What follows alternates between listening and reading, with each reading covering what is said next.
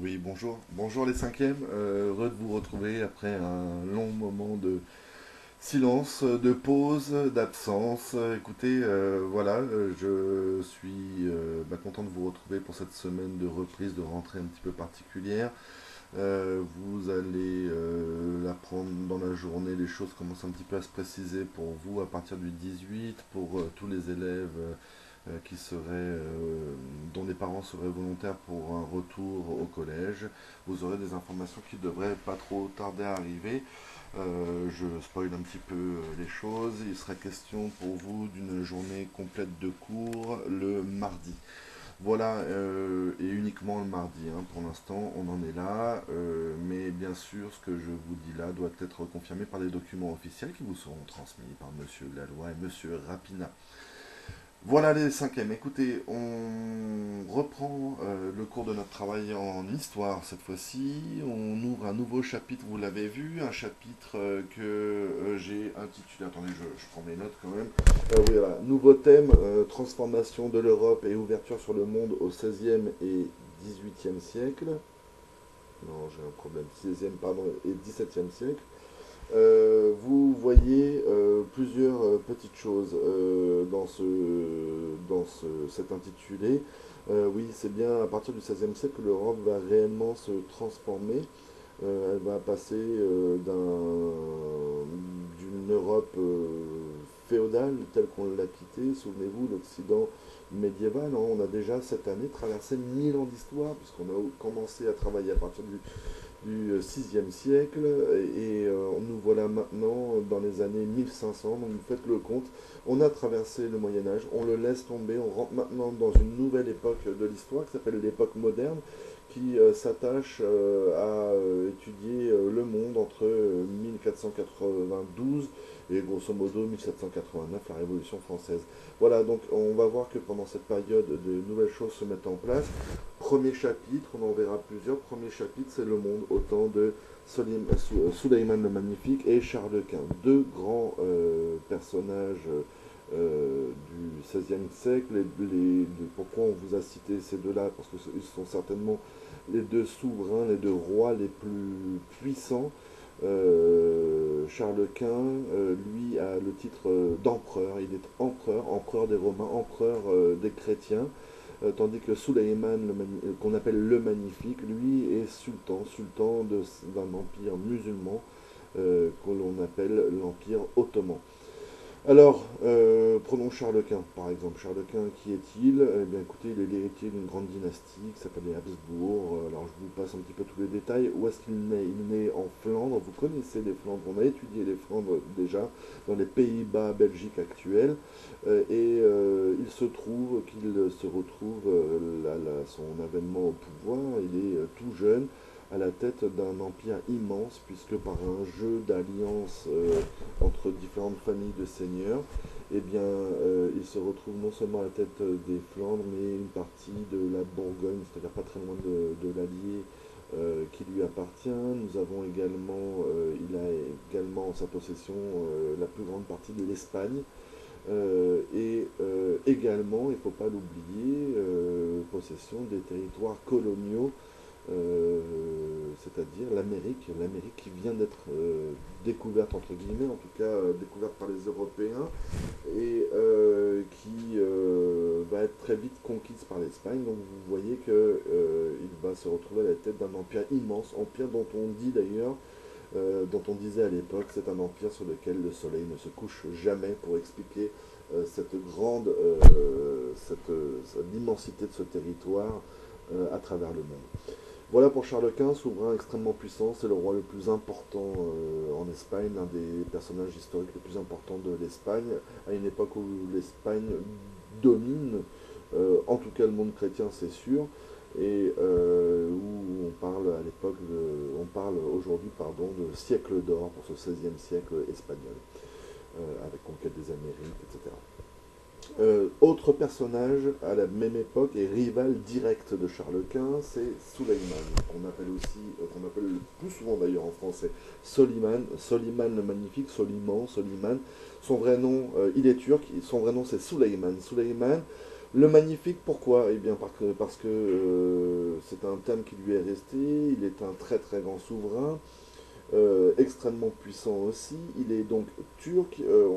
Les Ottomans, c'est une dynastie turque qui a réussi à prendre de plus en plus de territoire et à dominer très fortement le monde musulman. Cette domination d'ailleurs restera pour l'est du bassin méditerranéen jusqu'en 1918, puisque l'Empire ottoman est impliqué dans la Première Guerre mondiale. Donc vous voyez que, là je vous parle du XVIe siècle, les Ottomans ont survécu jusqu'au début du XXe.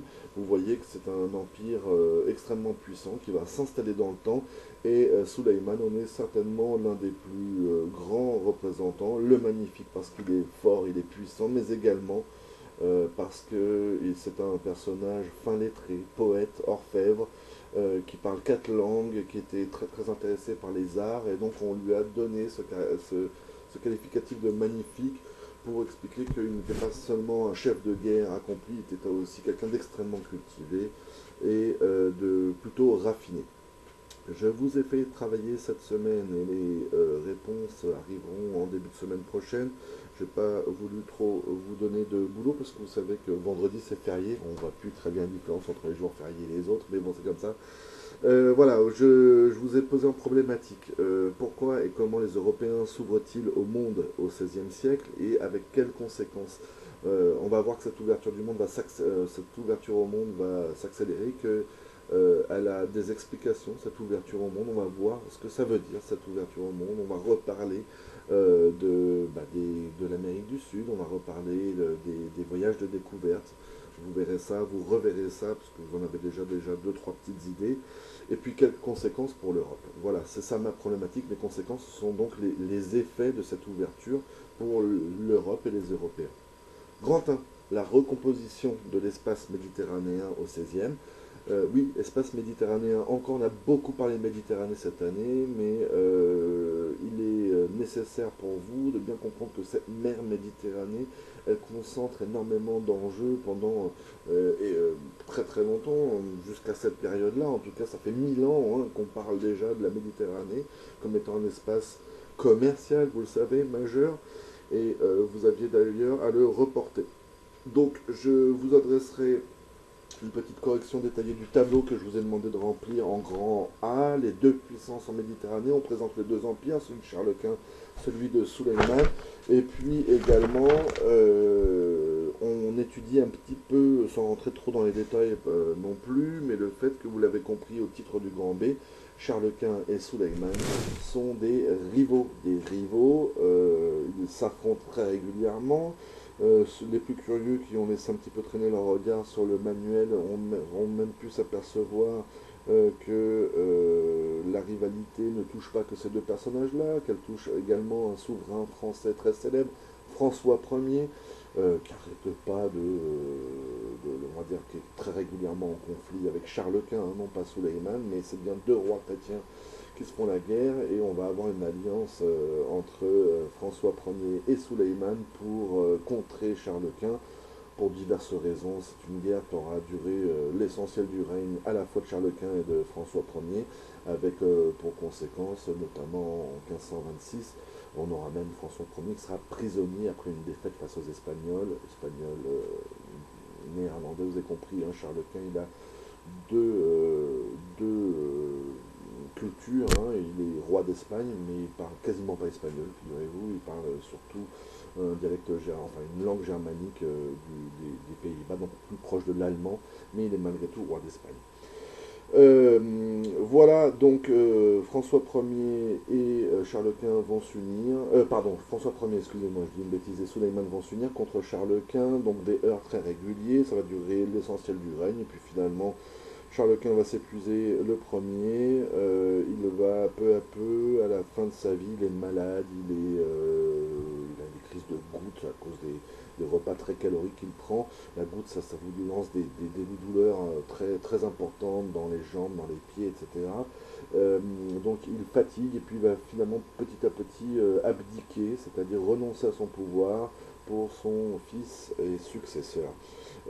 Voilà, mais cette rivalité en Méditerranée leur a occupé l'essentiel de son règne, avec en plus la gestion du Nouveau Monde et des nouveaux territoires en Amérique du Sud. Donc cette rivalité est très importante. Qu'est-ce que je vous fais noter en leçon? Je vous fais noter donc contestation de cette puissance en Méditerranée entre Sulayman et Charles Quint. Et puis très important, c'est ce qui va expliquer beaucoup de choses par la suite. Vous devez absolument comprendre que puisque les musulmans ottomans, les ottomans, Sulayman occupent le bassin est de la Méditerranée, vous l'avez vu depuis le Moyen Âge, le commerce avec l'Asie pour les épices, pour la soie est très important. On passe par l'est de la Méditerranée pour atteindre l'Asie, et ça, ce n'est plus supportable pour Charles Quint. Il ne peut plus se permettre d'avoir cet ennemi qui lui barre la route, à lui, aux marchands italiens, toujours très présents au XVIe siècle, extrêmement présents au XVIe siècle, qui se heurte à la rivalité de Sulayman en Méditerranée. Tout simplement, quand vous ne pouvez pas passer par un endroit, vous faites le tour, et c'est exactement ce qui va se passer, c'est-à-dire que puisque l'est de la Méditerranée est condamné, les chrétiens vont devoir se lancer à la recherche de nouvelles routes commerciales pour atteindre les Indes. Et puis c'est là qu'on va commencer à parler de grands noms comme Christophe Colomb, Magellan, Vasco de Gama. Ça, on en parlera un petit peu plus tard dans ce chapitre. D'ici là, les élèves, j'espère que ces quelques explications vous auront été un petit peu utiles. Je vous souhaite à tous une bonne fin de semaine. Je vous retrouve la semaine prochaine pour la suite de ce travail-là. Et d'ici là, portez-vous bien. Au revoir.